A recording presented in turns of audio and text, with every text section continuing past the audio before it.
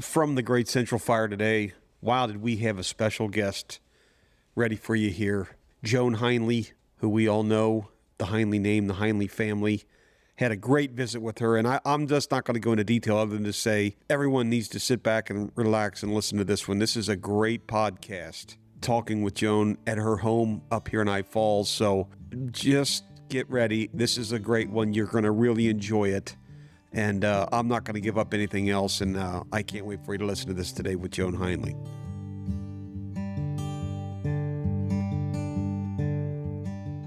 Okay, from the Great Central Fire today, oh boy, we have a very, very, very special guest, and I'm so excited to have a conversation with her. I'm sure we could talk forever, but Joan Heinle's with us today, and Mrs. Heinle, we sit up here looking at the lake today in your house, your beautiful home on the lake, and it's so glad to have you with us today. Thank you, Jeff. Yeah. I'll enjoy talking to you and catching up. Yep, that's we'll have plenty to chat about. You know, what many people may not know is you actually grew up in Eye Falls. Right.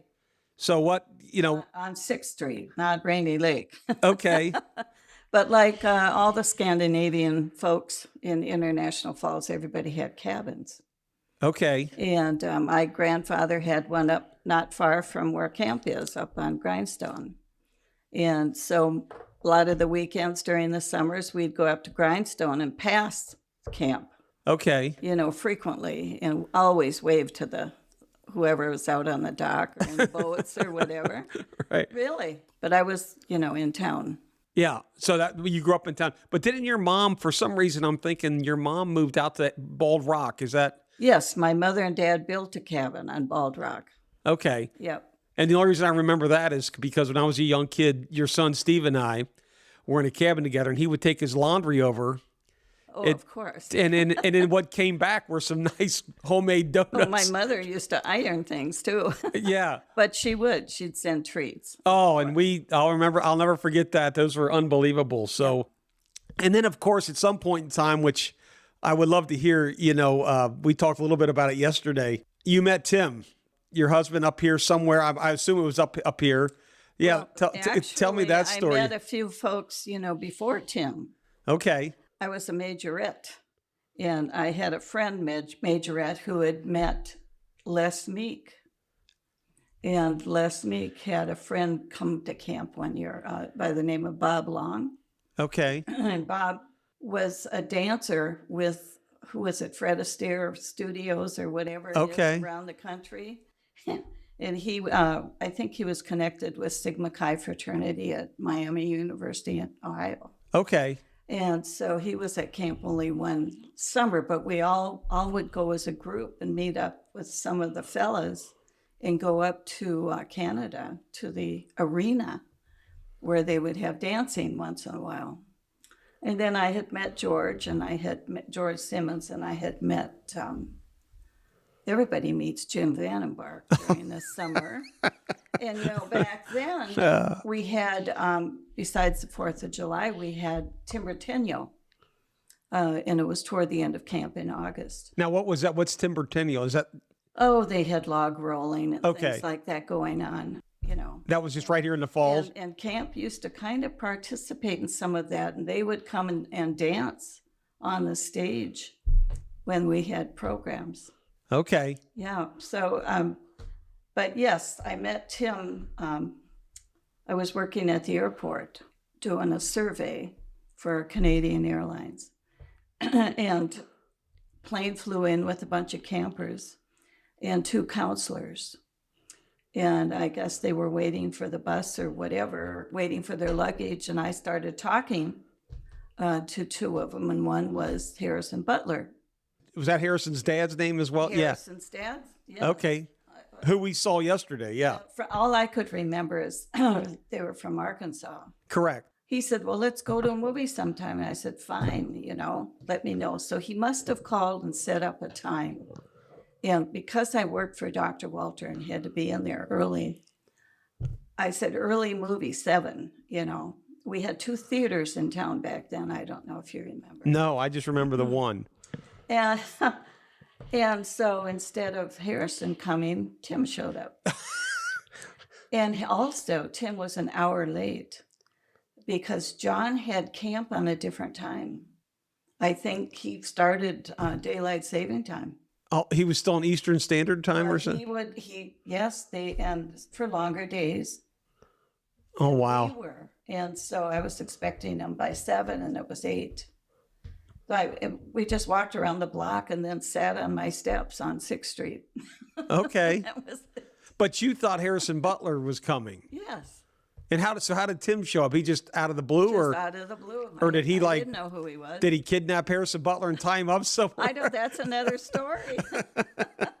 I mean, I wonder how he got there. And I believe Harrison was pinned to someone, but what makes this even funnier, years later, when we were skiing out at Snowmass, we'd go into Aspen one night and go to the Crystal Palace for the dinner theater show and stuff. And it was snowing heavily when we came out, and we were walking down the street, and there was a lone person walking toward us, and here it was Harrison Butler. And I believe he was a doctor, his father. Right. I hope it's the right person. Yeah, it is. That's him. And yeah. I believe he was in that Aspen area for something medically, some whatever. That's Class crazy. or something. I was almost embarrassed, but the name rang a bell and we started laughing. But yeah. Well, it all worked out. It was so funny. And then of course I meet his son. Oh yeah. Harrison So. and Harrison's a great guy. He's a great camp guy, and I want to get him on here eventually too. And I'm sure we can we can bring that up. But kind of a crazy story, but yeah, what was meant to be. So you met Tim. Do you remember what year that was? It was probably 62. Okay, and then you guys we got married in 63. Okay, the following year. Okay, so he left camp, and then you guys stayed in touch when he left? It may have been the summer of 61. Okay. Because I think I stayed in Chicago and worked. It's kind of complicated. Yeah. Then he went to camp in 63. I stayed in Chicago and worked, but we got married in September of 63 up in the Falls. So you were out of the Falls at this time working? Yeah, Sharon and I just took off in January one year. Tim, actually, the summer I met him, and I want to say 62. But I think it was. And he came, we saw each other maybe 3 times during the summer. Wow. Just really very little. But then he wanted to come for Thanksgiving, and he drove his car from Chicago to International Falls. And I told him Sharon and I were thinking of leaving the Falls and going somewhere to get out of the Falls and work for a summer, like Mary Tyler Moore type of thing. So Sharon's a high school classmate here from the Falls. Okay, of yours. Okay. Yeah, and Sharon, and so Tim left his car for us to drive to Chicago. I mean, it's just really weird. And if you can believe, we had to wait until January. Her father died. And Tim had arranged where we could stay with a friend of Bill Honefield's. Bill was in college with Tim in Chicago. That was his grad school, though, correct? Because he went to undergrad at Michigan. We all know that. And then he was at the University of Chicago in the business college. Right. Okay. Yep. And when we were married in September, he had 1 quarter to go. So anyway, Sharon and I didn't leave till January. He had made arrangements where we could stay with this girl. I have no idea how I drove in a snowstorm from International Falls to Chicago and found 57th South. Right. On the south side near the campus. Oh, and I'm sure 53 wasn't the exact same 53 that it is nowadays. Oh, no. And if I remember correctly, the windshield wipers didn't work. Oh, gosh.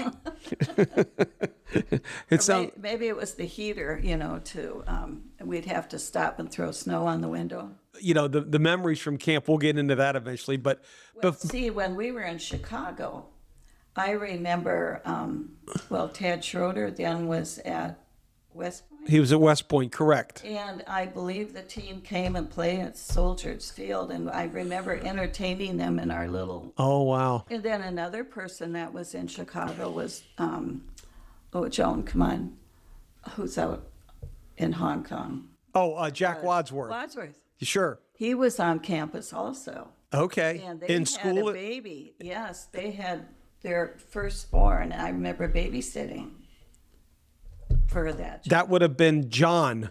No, it was a girl. It was a girl. Okay, I don't know who. I know John and Chris. Yeah, I can't remember. Wadsworth, but either, I don't know their older.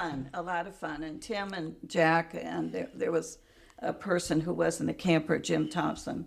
Those three were like the Three Musketeers. Yeah. Neat guys. Oh, yeah. It was amazing how many, Tim, he had Michigan blue blood, but his life was Couchiching. Yeah. And the friends he made at Couchiching, he was an only child. He didn't even have a cousin. Right. Wow. So camp people, and then of course your mother, high school classmate of his. Kindergarten, I When think. we moved to Cincinnati, it was really great. They immediately got us involved, more so than I think it would have taken us a while. But Right. a lot of classmate things and Cooch stuff. So after, I want to get, before we get to camp, after the grad school and after you guys got married, he still had a quarter left. After that, now give us a path of what happened prior to camp with you and. Yes, And he you went with Procter and Gamble. Okay. In Cincinnati. And no, they moved us to Detroit. Detroit. Okay. Yep. Which is where our daughter was born. Cindy. Yep. 10 months later, boy, she counted those months. And she was born in July, and September they transferred us to Jacksonville, Florida. Okay, that's right. I remember. Yeah. So in the 60s, we spent 6-7 years in Jacksonville. Okay. And of course, Tim, if I remember correctly, I don't know if he was on the board then, but it just seemed he found camp people wherever we were, and we had visitors. Some of the younger counselors came with girlfriends Down to Jacksonville. To Jacksonville. Stayed with us, yeah. Well, you guys have constantly entertained Yes. for we as long did. as I can. The camp family was Tim's thing. Yeah. Yeah, well, it brought us back to Rainy Lake every summer. Mm-hmm. And he didn't have to sit around and talk to me and my grandparents and this kind of stuff. He'd take the boat and he was over at camp all the time. Right. Even from Jacksonville, we had 2 weeks vacation. The vacation was always around probably the final 2 weeks at camp. Okay. And we would drive 3 days to get to the falls. Oh my gosh. 2 weeks, I remember doing it. I don't think we missed a summer. Yeah. So after Jacksonville, is that when you made it to Columbus from there? He's still with Procter and Gamble, and they transferred him back to Cincinnati. Back to Cincinnati. Okay. And then in 1970, they sent us to Toronto. And we were in Toronto 1 year. Cindy did first grade there. Okay. And then And that was in 70. that was 70. So Steve is born now. Steve was born in Jacksonville. Okay. Timmy's born in 1970, so we had a new baby. And Steve was 2. Right. And Cindy did first grade. And Tim introduced Pampers to Canada. Oh, wow. Okay. That was what he did. So a lot of traveling. And then 71 back to Cincinnati. And then he left Procter and Gamble and went to work with Mark Warner, who had So dog food somehow. they eventually did that. Okay. I don't know if that was coming in yet or not. No, he spent 2 years with Warner Pump Company. Yes, and I'm trying to think who connected him with the dog food business in Columbus. It was the Old Yeller, if I remember right. Right? Old Yeller dog food. Correct. Yeah. Yeah, and there was someone that connected us with the fellow that Tim then worked with and bought the business. Okay. And then he did that for a fair amount of years, and then from there, And we were in Columbus. All the kids graduated from high school there. Upper Arlington, And if I he remember. had been on the board through some of these Okay. years. And it was in the 80s then that camp came to him. I think it was 82 or 3. I can't remember. Probably more than that. Was it Yeah, because 84 maybe? I think. I just remember Bill Meade driving busloads of people for parties up at our house. What? I got that written down. From Cincinnati. Yes. The Christmas parties. We loved it. We lived on a street right across from Mel Oaks. Correct. Mel and Penny. Mel and Penny Oaks. Yes, I remember that. That was fun.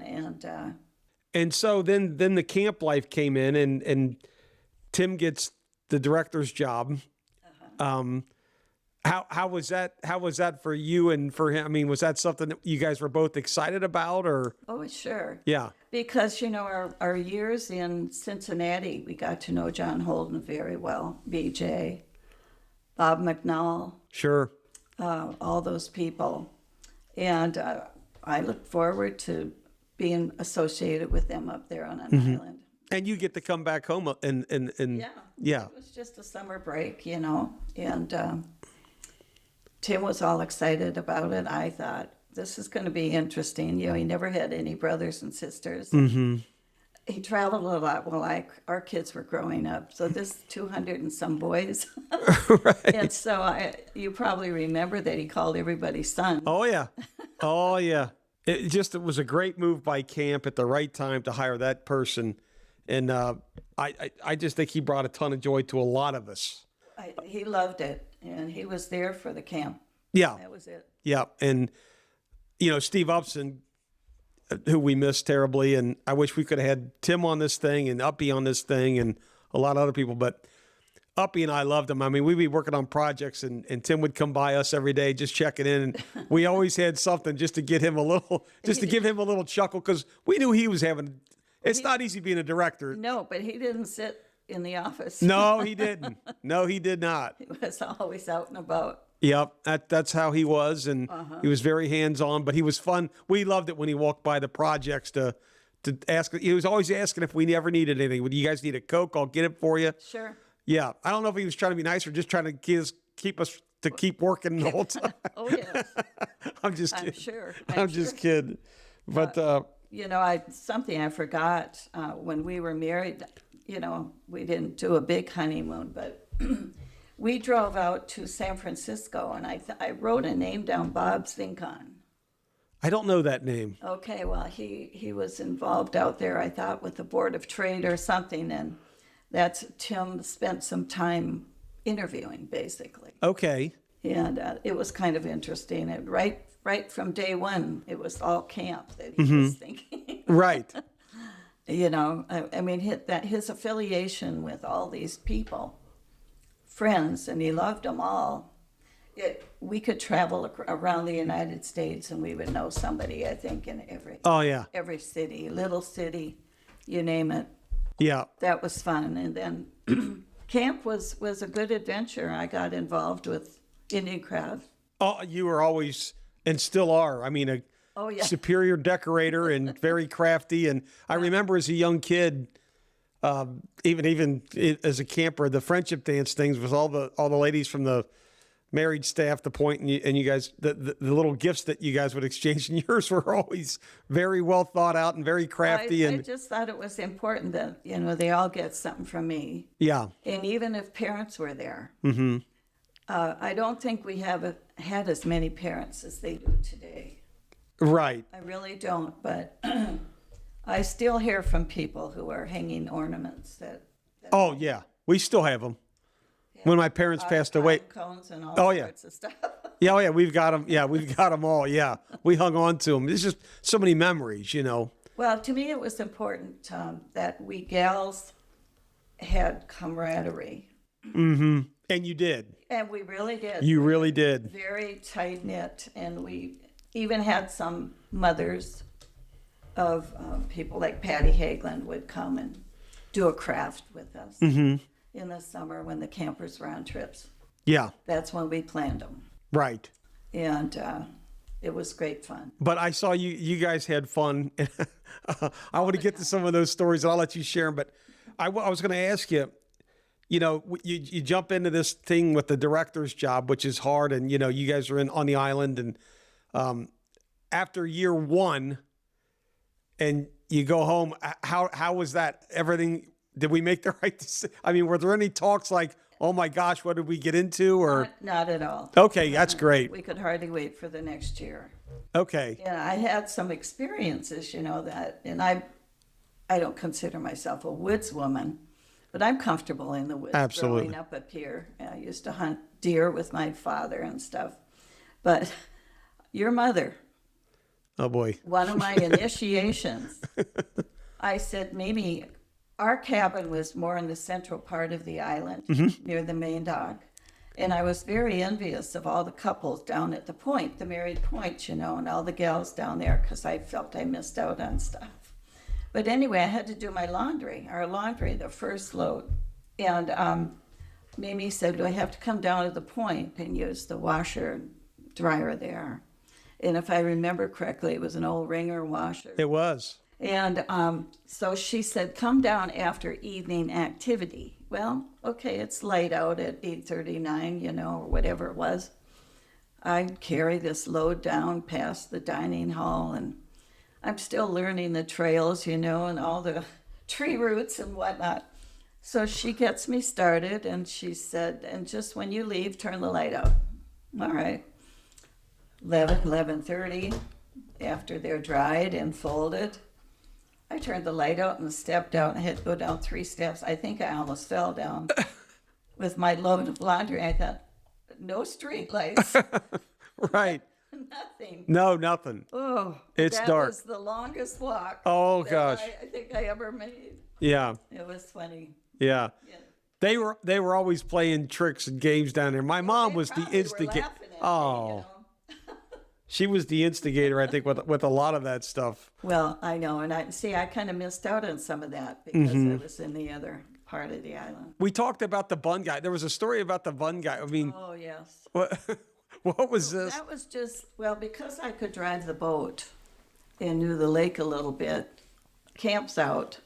And I said to the ladies, let's go into the Holiday Inn for happy hour at 5. They had wonderful wild rice soup. And you can have a glass of wine. We'll sit there in they had a big corner booth. And so everybody went. Adelaide, Kathy Hoots, Rita, of course, and Chris Lineberger. I don't know if Katie was there. But anyway, we're sitting in the booth, and there were about 7, 8 of us. And in the door walks Bob Johnson, the bun man for Tasty Bread Company or whatever it was, who delivered for camp. And he would leave the pallets of bread on the edge of the dock and then call your mother, Mimi, have someone come and pick them up before the birds get them. Right.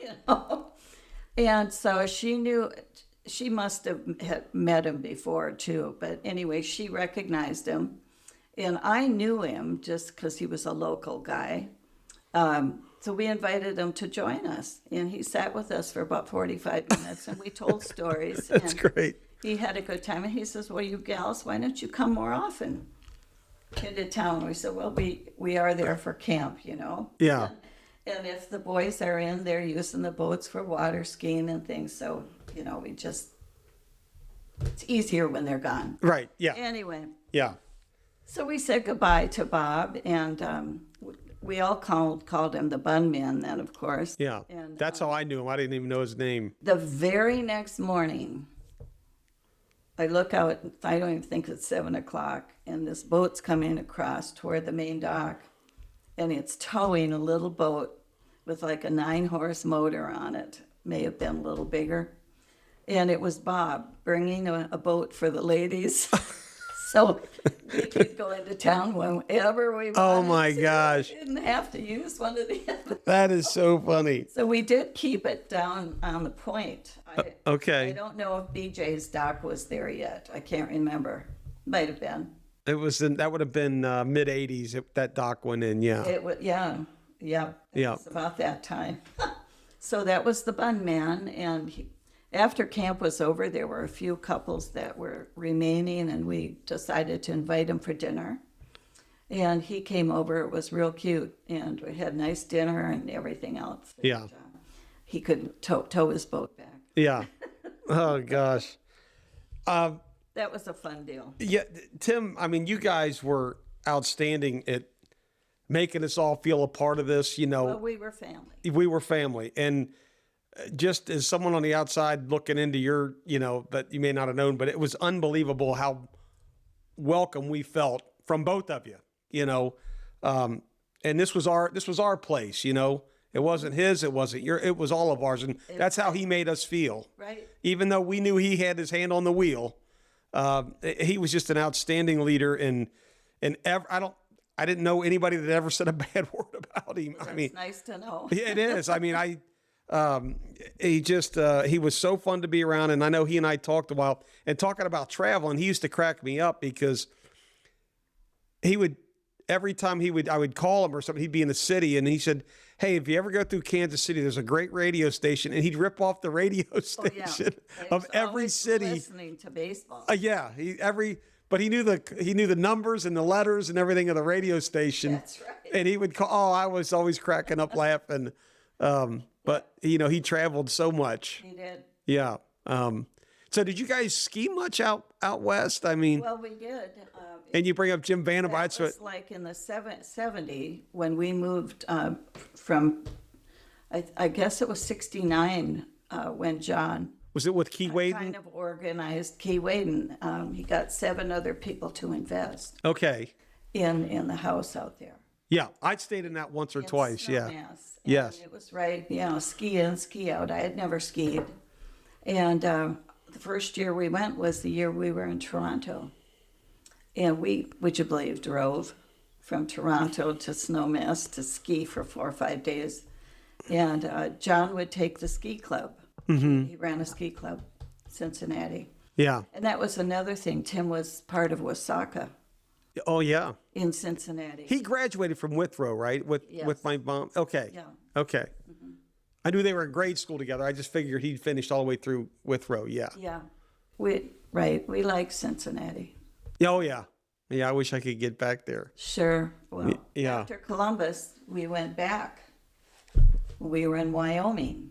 So we got to know that's right. Side of town also. That's right. Mm-hmm. I forgot about that. That's right. You were back at Wyoming. When was his final year? That's a good question. The 90s? It was in the 90s, I think. Sometime in the 90s. But he was there a little bit with the changeover with Steve Applegate, I think. And then did you guys, from there, where did you, after camp was over, you were out of Columbus?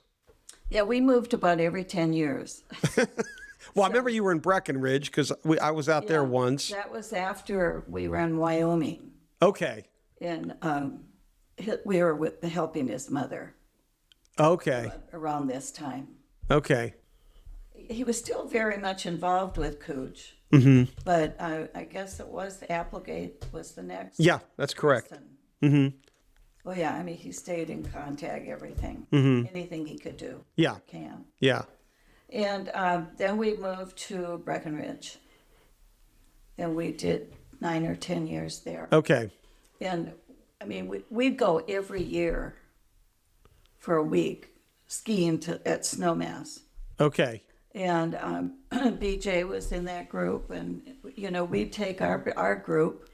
And if there were any counselors or anybody was out there, they could come and join us. Mm-hmm. And it was just, I planned the food. And everybody took turns cooking. Sonny Upson was a great cook. Oh, yeah. He really was. Yeah. But that was fun, and just 1 week a year. And so after Cincinnati, we decided to do Breckenridge. Okay. And did 10 years there, and then Scottsdale. Scottsdale, that's right. Okay, that's right. But his last year, I just can't remember. It was the 90s. I know it was sometime mid to late 90s probably, I think is when it was. Late 90s. Yeah. And I wanted to talk about this real quick. People will maybe remember the fire in the cabin. Boy. Was that scary? I mean, I remember being a counselor and literally, and Steve, your son Steve, was in the cabin, the counselor next to me in 13. I was in 14. And literally from the evening activity, I just sat down on my bed for 1 second and the bell went off. Yeah. And I don't know if you remember a kid named Doug Pepper. Yeah. But his dad was the P&G president for a while. That's right. And I took off up to the dining hall, and he was sitting there ringing that bell. He was a little intermediate at the time. And he said, the Heinle's cabin's on fire. And we ran by there, and I was like, oh, my gosh. But I remember the concern was the gas tanks that were at the bottom behind the old trip center. Right. Yeah. But battling that, and I was it a cutting board that slipped or something? Well, if you remember, this was Murph's old camp. Correct. And And just so people know real quick, Miss Lulu Murphy was the old secretary for John for John Holden. Yes. Yes. Okay. And I think your mother worked with her Okay. quite a bit. Yep. But we were in her little cabin. It was just very quaint and perfect. 2 little bedrooms, and in between was a little room that had a half refrigerator. Right. I remember that. And on top of that was a little stove, just a platform type stove with knobs. And we never cooked, never used it, so I had a wooden cutting board on top of it. So we could set things there. And I don't know if you remember Charlie, this gentleman that Timmy had met in the Columbus area. He had one time been a judge in the Olympics for archery. Okay. I'm trying to think of the last name. I can't think of it. Was it Timmy's age? No, older gentleman. Okay. And he had an archery golf course on the east side of Columbus, Ohio. Okay. And so Timmy and his buddies spent a lot of time with their bows and arrows out at Charlie's. Right. Playing golf and also shooting birds that they would bring back to the house. And Uncle Charlie, they got, I don't know if Tim, my husband, talked to him or not, but he came to camp to teach archery. Okay. And I even have a stool here that was made by him. He was a very good wood cutter with logs. And older gentleman, and he wore dungarees. Okay. I remember this bibs, guy, I you think. know, Okay. I do remember blue this. jeans, Yes. but with the bib part. Yes. And that evening after activity, I was in the office. And he came in the office to see if he could get a Coke. And I said, yeah, Charlie, there's one in that little refrigerator between the 2 bedrooms, Right. Murph's cabin. And he went and I assume got a Coke and went down the point where he was staying on one of the cabin. They had 3 little. Oh, the little duplex place down there. Duplex, Yeah. maybe, Yeah. whatever. And then the fire. He probably hit And something. I don't know if one of his bib things turned a knob Right. or something, but he was the last person to go in there. Yeah. It was going, though. I remember that. It was a little I fire. remember looking, yes. It was going. And I remember going to get the hoses, and I grabbed a backpack. I'll never forget this. And Rick Howler, as big as Rick is. I remember him running. Well, I had the backpack on, running as fast as I could, and he was bear hugging one of those 100-pound pumps or whatever they are, Right, and he right. passed me. Yeah. And I was like, good Lord, Rick, gosh. That was a night. Yeah, that was a night. That was a crazy night. Yeah. But everybody was safe, and we got it out fairly quickly. And we lost some stuff. Yeah. BJ let me come and stay at his house. I don't know where Tim slept. Yeah. And we had lost a lot of our clothes, so we had to hit Kmart. Oh, man. There wasn't a whole lot of shopping. Yeah. And And whatever didn't burn had to be sopping wet because we doused that place, I remember. well, and I remember just, I don't know if you heard this story, but I lost my charm bracelet. No, I didn't hear this. And the one thing on my charm bracelet was our high school class ring. Oh. And International Falls has a famous class ring. I think it's probably the first one put out by the Jocelyn Company, or if not the first, the second. It is a ring that has a waterfall on it. And then it has the year, I was 1960. Okay. And everybody got the same ring. You can now get it in white gold, but we could only get it in gold. And no stones or anything. They're all the same. I was upset most about losing my class ring. And so several years later, my classmate Jane Which is, who grew okay. up in the Falls, married Bob Eichler, a Camp Cooch guy. And they had 2 boys, Jeff and Chuck, Jeff and and it's good that Chuck. everybody knows who this is. This is Yes. Jeff and Chuck Eichler's mother and father. Right. We're talking about. Yes. And Bob gave me Jane's ring because Jane passed away. Yeah. That I could wear on my bracelet. And so I did for quite a few years. And then one summer, not too long ago, I met Jeff's daughter. Yeah. Oh, yeah. Jeff Eichler's daughter up here going to Yes. Ogeechee. Yes. And she was the only grandchild that Jane got to hold. Oh, wow. Finley is her name. Okay.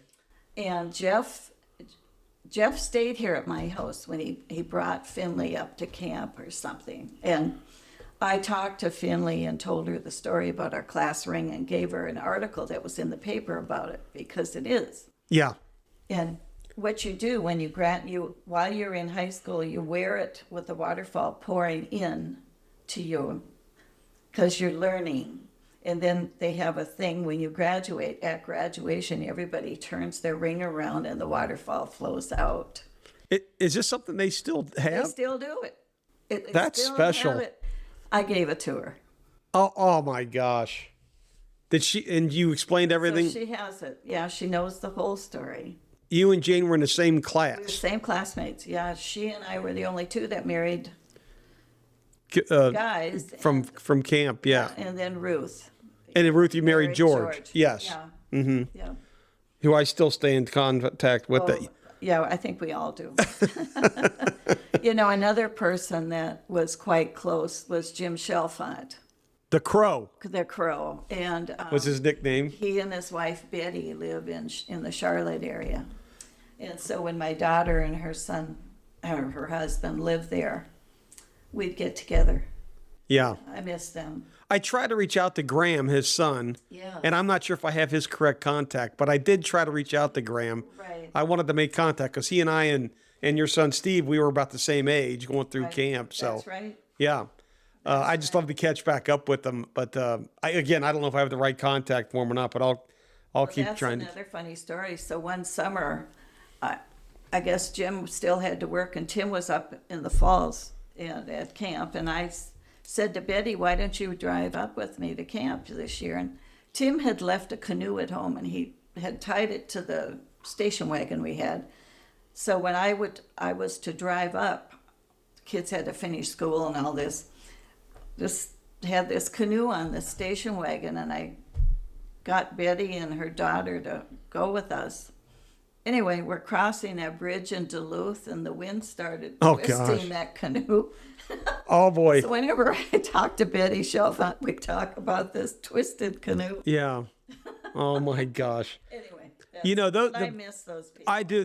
And I was a young kid then, but I remember Mr. Chalfant. He was a character. He was funny. He was just a good guy. But there were so many great characters, and I mean, every era has their characters. I know, but That's true. but that was just a real core group of, all of them had darn near nicknames. Every one of them, Right. Um, You remember Hollywood?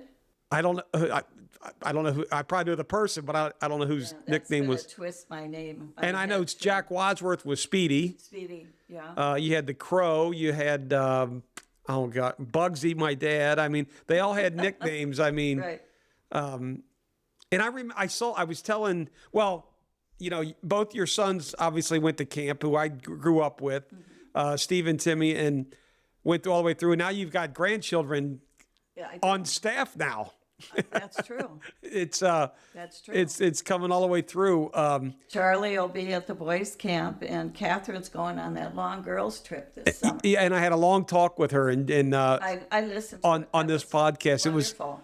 Yeah. She is such a remarkable young woman. I'll tell you, she's just Yeah. very, very sweet and very outgoing and very helpful and very.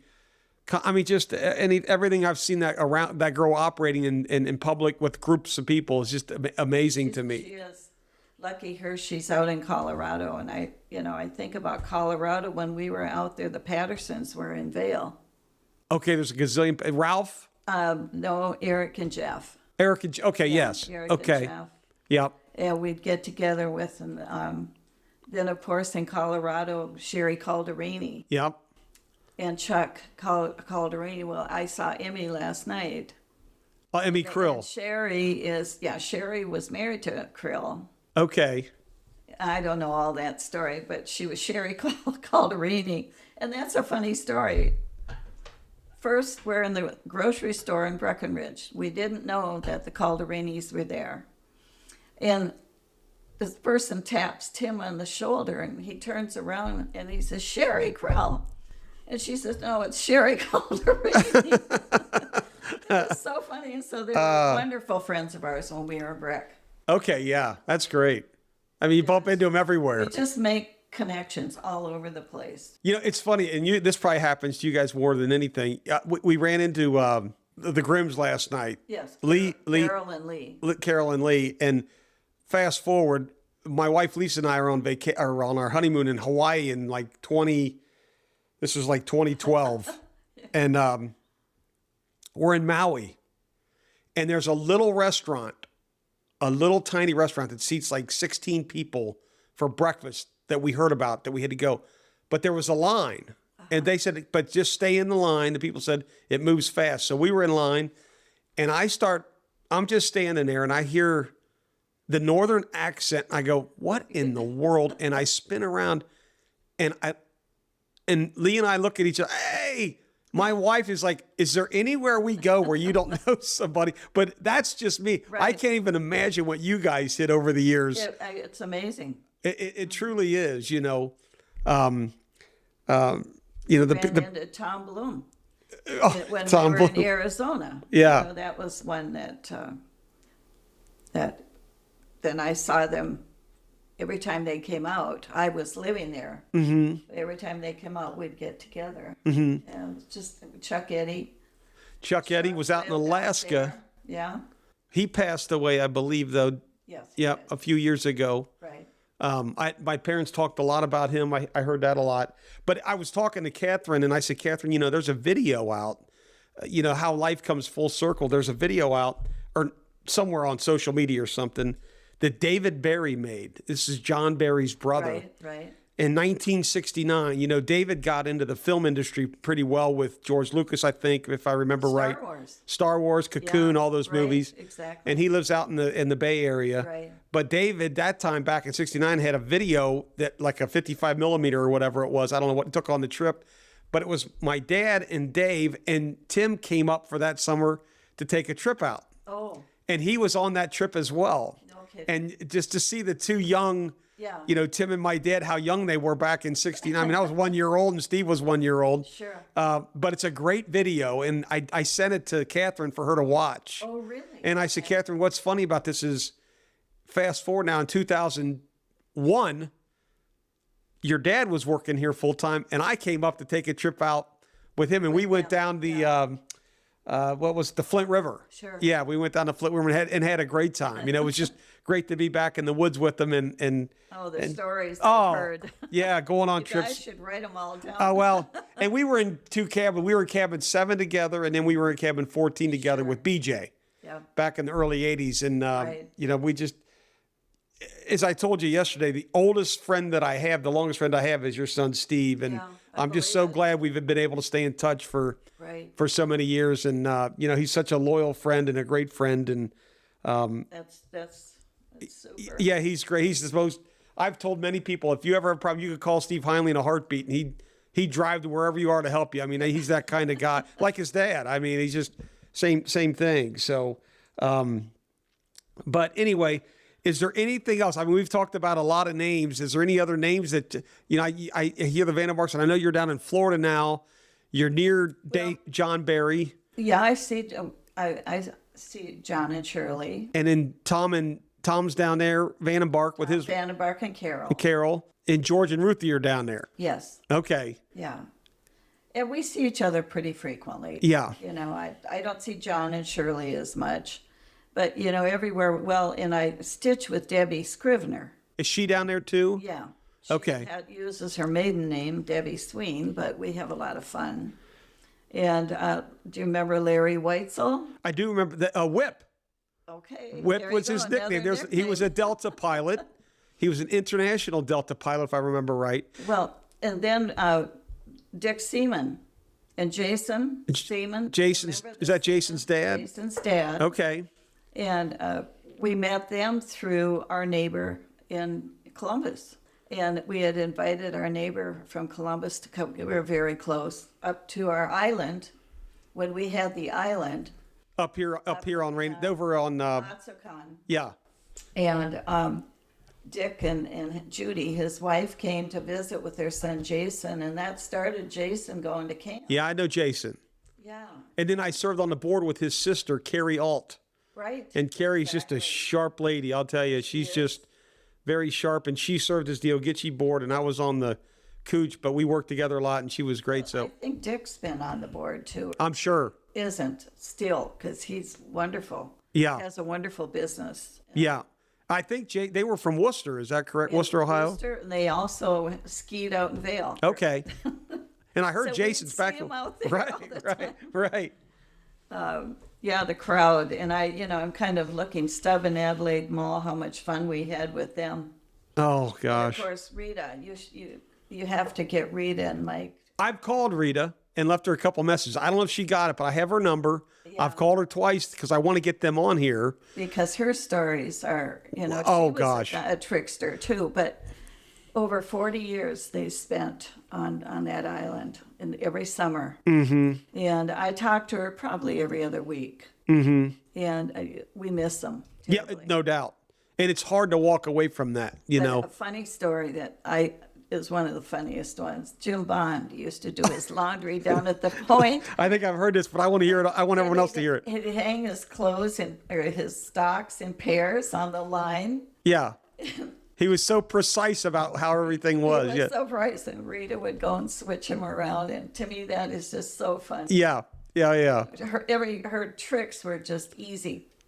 Another one she did.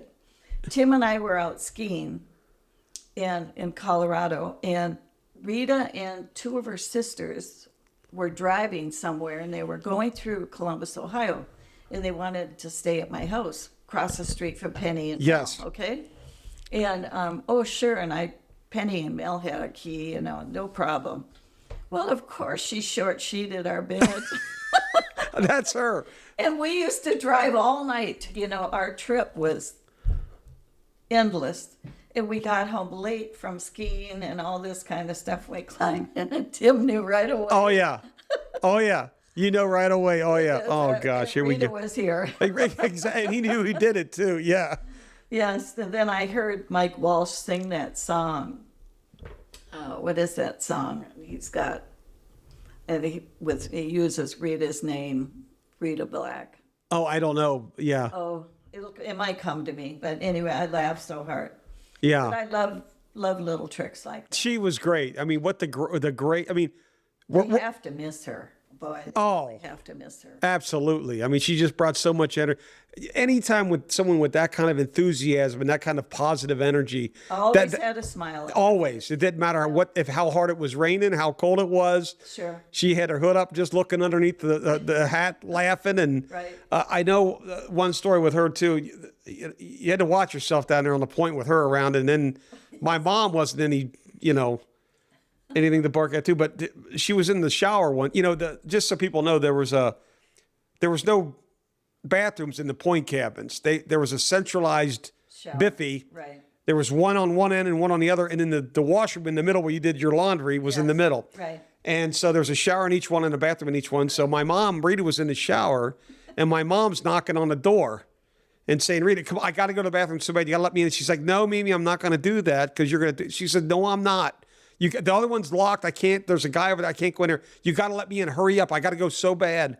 And she goes, okay, fine. Let me just get it real quick. I'll tell you when to come in. So Rita reaches out of the shower, unlocks the door. In goes my mom for a few minutes, like she's using the restroom. Uh-huh. And out she goes with all of Rita's towels, clothes, and everything. And Rita knew she was going to do that. My mom promised her she wasn't going to do it, but Rita thought she would. But then she believed her. And then now Rita's got to find her way back to her cabin with nothing to put on. Exactly. It was just constant games like that with those guys. And it's fun. I mean, hey, we're here. Let's make the best of it type of. Well, but your family, you've got to do things like that. Yeah. It's fun. Absolutely. Absolutely. Sure. But, wonderful memories up there. Oh gosh, we could go on and on and on and on and on, Yep, we could. And we're going to be done here in a little bit, and we're going to say, we could have talked about this. I did the same thing with BJ. I mean, Right. how do you capture that in an hour or so? But He's doing remarkably well. yeah, It's we saw him amazing. yesterday. Yeah, turned 92, and Right. he looks great. You both do. I told you yesterday. You were look. so kind. You haven't changed much. I mean, good Lord. I got to figure this out. I don't know how you guys do it. Maybe it's the wine. I need to start drinking wine. Yeah, exactly. We'll wrap this up, but I mean, I know I speak for a lot of people that I don't know where we would be without you and Tim, serving those years at camp. I really don't know where this place would be. We wouldn't be where we are. I know that. It was a labor of love. Yeah. It really was. I know. Both loved it. I know you did, but you welcome. I guess what you made people feel like is you made every person feel like they were the most important person to you and Tim. Everybody felt that way, I think Tim and Joan love me more than anybody, and everybody felt like that. And that's a great, I mean, you want to talk about leadership. That's what it's all about. And that's what this place, and I'm just so grateful that I grew up in an era with you guys there. Well, not to say I'm not trying to knock anybody that's there now. Don't get me wrong. I know. They're all great. They're all doing a wonderful job. And proof of this is, we lost Tim way too soon, but at his service, the number of people that came in from out of town just speaks volumes of the type of person that he was. And I know that you're a part of that too. And on behalf of everybody that's ever coming through there, we just can't thank you guys enough for your time and effort. And I know you're still involved, and we can't thank you enough for I'll it. try to stay in touch. Oh yeah, we certainly will. And support things, it's important. That was one thing Tim was good at, Yes. is getting people to donate. Well, there was none better. And as a matter of fact, I got into it in the college level in athletics, and I called him right away and just said, hey, listen, and we had some great talks. But I think what I took away from him too, he was just authentic. I mean, he was just, and you could see it coming out of him, the passion and the love for camp. Right. And this is a great mission. And you just can't. It is. I mean, to see these guys that were little kids and how grown up and meeting their children, it's amazing. I mean, that's what camp does, Yeah, I feel. And of course, I like the 8-week program. I do too.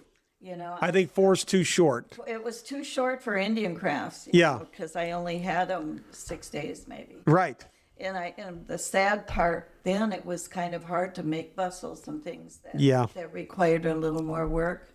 And we had to come up with some quicker things. But that it was amazing how the boys were so serious about making something. Yeah.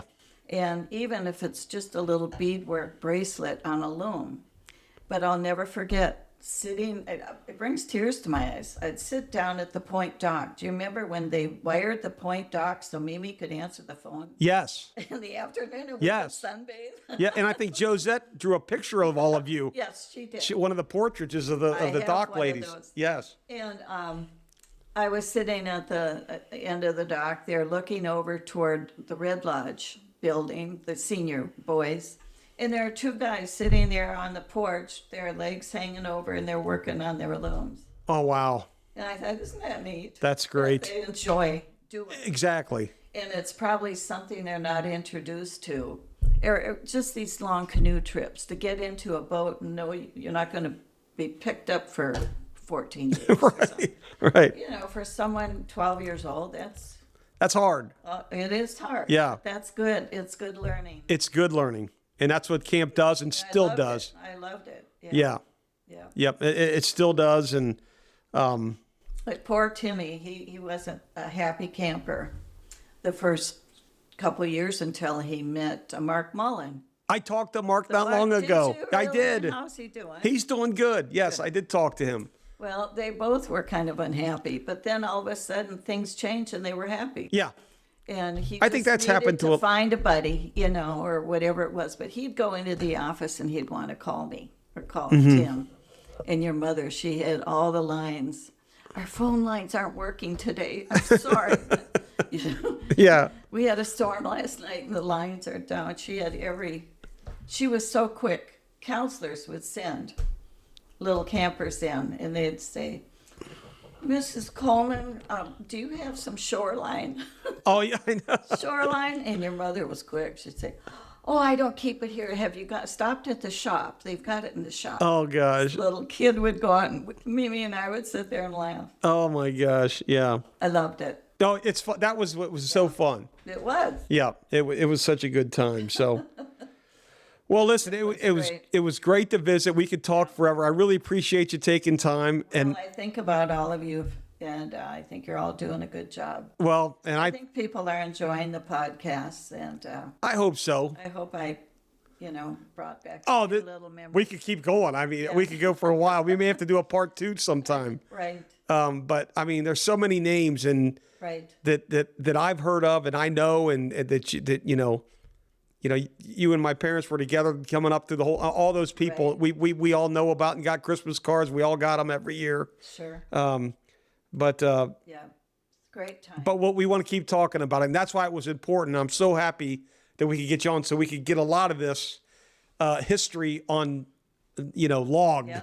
And but we'll keep talking about it, and at some point in time, I'm going to get Steve on here, your son, so he and I could share some old stories ourselves. So, That'd be good. But thanks again for coming on today, and look forward to seeing you some more this summer up here. Okay. All right. Fun, Jeff. Thank you so much. Yeah.